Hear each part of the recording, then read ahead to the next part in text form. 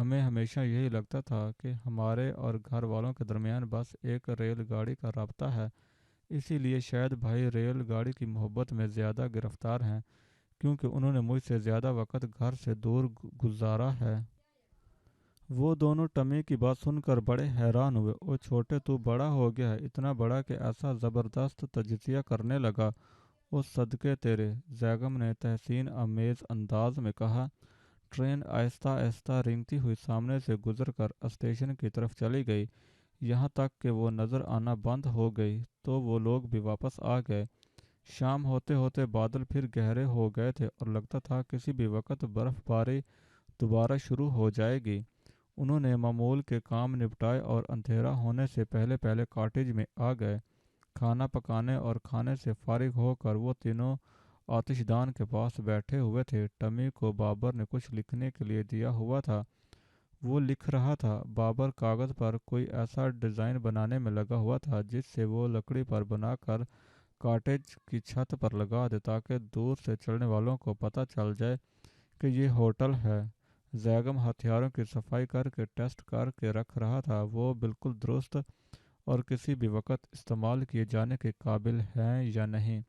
زیگم بھائی، کیا آپ نے بھی لومڑیوں کا شکار کھیلنا ہے؟ ٹمی نے اسے ہتھیاروں کے ساتھ مصروف دیکھ کر سوال کیا۔ نہیں یار، میرا ایسا کوئی ارادہ نہیں، لیکن جب ہر طرف مسلح لوگ گھوم رہے ہیں تو کب کس وقت کیا ہو جائے اس کے لیے تیار رہنا چاہیے۔ لیکن تیرے کہنے سے مجھے یہ خیال آ رہا ہے، کیوں نہ ہم بھی لومڑیوں کا شکار کریں؟ ان کی کھالیں ہم اپنے شکاریوں کو بیچ دیں گے جو یہاں آتے ہی اس کام کے لیے ہیں۔ سنا ہے خاصی مہنگی بکتی ہیں یہ کھالیں۔ زیگم نے بابر کی جانب دیکھتے ہوئے اظہار خیال کیا۔ میرا خیال ہے کہ اس سیزن میں ہم ہوٹل چلا کر دیکھ لیں، اگر مناسب آمدنی ہو گئی تو پھر شکار کی ضرورت نہیں ہوگی، لیکن اگر ہوٹل میں اس طرح نہ چل پایا جیسا ہم سوچ رہے ہیں تو اگلے سیزن میں یہ کام بھی کر لیں گے۔ فی الحال ہماری ساری توجہ اس ہوٹل کی طرف ہی ہونی چاہیے۔ بابر نے اپنا خیال پیش کیا۔ ٹھیک ہے، دیکھتے ہیں۔ وہ تینوں خاموش ہو گئے تو ایسا لگا جیسے یہ خاموشی اچانک بولنے لگی ہو۔ بھائی، روز اتنی خاموشی ہوتی ہے کہ ہمیں اپنی سانسوں کی آواز آتی ہے، لیکن آج مجھے ایسا لگ رہا ہے کچھ نئی اور اجنبی سی آوازیں ماحول میں داخل ہوئی ہیں۔ بہت ہلکی ہیں، لیکن لگتا ہے کہ کچھ حرکت سی ہے باہر۔ کسی چیز کی حرکت، یہ معلوم نہیں ہو رہا۔ ٹمی نے کان کھڑے کر کے کچھ سننے کی کوشش کرتے ہوئے کہا۔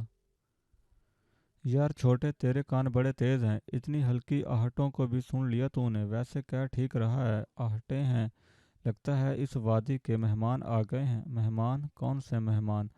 ارے یار، وہی لومڑیاں اور بھیڑیے وغیرہ۔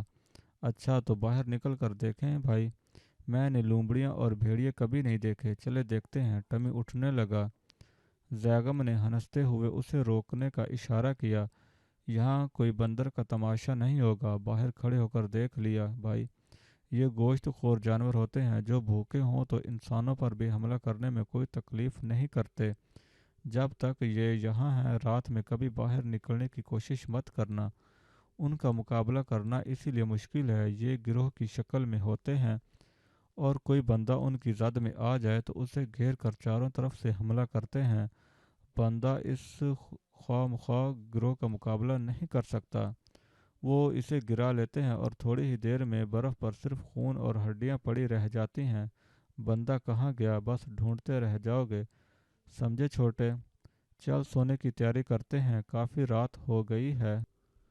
رات گہری اور تاریک تھی، برف باری رک چکی تھی، لیکن گہرے بادلوں کے سبب ہر سو گھر اندھیرا چھایا ہوا تھا۔ وہ تینوں آتش دان کے نزدیک موٹے کمبلوں میں دبے گہری نیند سو رہے تھے کہ اچانک ایک کریہ چیخ سے ان تینوں کی آنکھ کھل گئی۔ ٹمی گھبرا کر اٹھ بیٹھا۔ یہ کون چیخا تھا؟ کوئی بھوت ہے کیا؟ وہ تینوں خاموشی سے منتظر تھے اور آواز دوبارہ سنائی دے، اور پھر وہ آواز دوبارہ سنائی دی۔ بھائی، لگتا ہے کوئی آدمی سخت تکلیف میں ہے، تبھی اتنی بھیانک آواز میں چلا رہا ہے۔ اسے شاید مدد۔ یہ کوئی آدمی نہیں ہے، بچے یا بھیڑیا ہے، سردی اور بھوک سے پریشان ہو کر چلا رہا ہے، لگتا ہے ہمارے گھر کے قریب ہی ہے۔ سوری مسٹر وولف، آپ کتنا ہی چلائیں، ہم آپ کو اپنے گھر میں بلا نہیں سکتے۔ اسی لیے بہتر ہے کہ کہیں دور جا کر چلائیں، ہمیں سونے دیں۔ زیگم نے مزاحیہ انداز میں کھڑکی کی جانب منہ کر کے بھیڑیے کو مخاطب کیا تھا۔ لیٹ جا ٹمی، سو جا، ڈرنے کی ضرورت نہیں ہے، کوئی جانور گھر میں داخل نہیں ہو سکتا، اس لیے بے فکر ہو کر سو جا۔ بابر نے ٹمی کو تسلی دی اور ہاتھ کے ہلکے سے دباؤ سے اسے لیٹ جانے کو کہا۔ تھوڑی دیر بعد وہ تینوں پھر گہری نیند کی وادیوں میں اتر گئے۔ دیکھو یار، اگر اسی طرح ہوٹل کے حرف ہم لکڑی کے اوپر ابھار دیں اور یہ لکڑی کا کاٹیج کے دروازے سے دور جہاں سے چڑھائی شروع ہوتی ہے وہاں لگا دیں تو لوگوں کو ہمارے ہوٹل کا پتہ چل جائے گا۔ بابر نے ایک کاغذ پر بنا ہوا ڈیزائن سیگم کے سامنے رکھا جو وہ رات کو بنا رہا تھا۔ ہاں یار، لگے تو اچھا، لیکن ایک اور خیال بھی ہے میرے ذہن میں۔ ہم کسی طرح سے اس سے اونچائی پر بھی کہیں لگا دیں تو یہ دور سے نظر آئے گا۔ ہاں، ہو تو سکتا ہے، لیکن اوپر لگانے کے لیے کوئی ہلکی چیز ہونی چاہیے، بھاری لکڑی پر اوپر رکھنا خطرناک ہوگا۔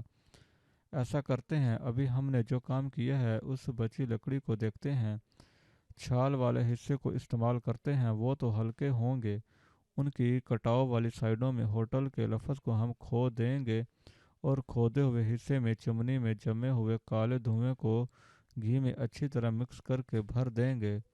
کالے حروف دور سے نمایاں نظر آئیں گے۔ بابر نے خیال پیش کیا تو زیگم اچھل پڑا۔ واو، کیا آئیڈیا ہے! سردی سے گھی جمع رہے گا اور حروف سیاہ نظر آتے رہیں گے، دور سے ہوٹل کا پتہ چلتا رہے گا۔ بھائی جواب نہیں، چلو لے کر آتے ہیں لکڑی کے ٹکڑے۔ خواب